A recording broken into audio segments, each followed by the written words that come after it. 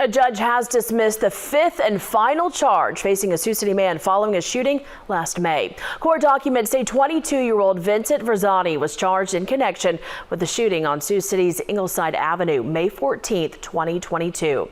An initial police report indicated Verzani was looking for his sister's car. He eventually found it and followed it to the 1400 block of Ingleside. Once there, police say both cars pulled over and Verzani got out of his vehicle to approach Jordan Hills. Verzani allegedly shot at Hills several times, wounding him in the back and leg. At the time, Verzani faced 5 charges.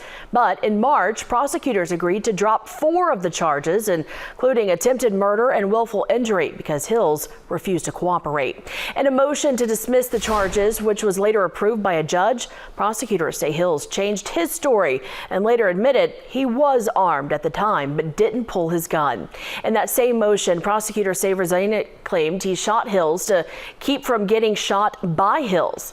Then Monday, prosecutors filed a motion to dismiss the final charge, possession of a firearm by a domestic abuser, because there was not enough evidence to prosecute Verzani. A judge granted that motion.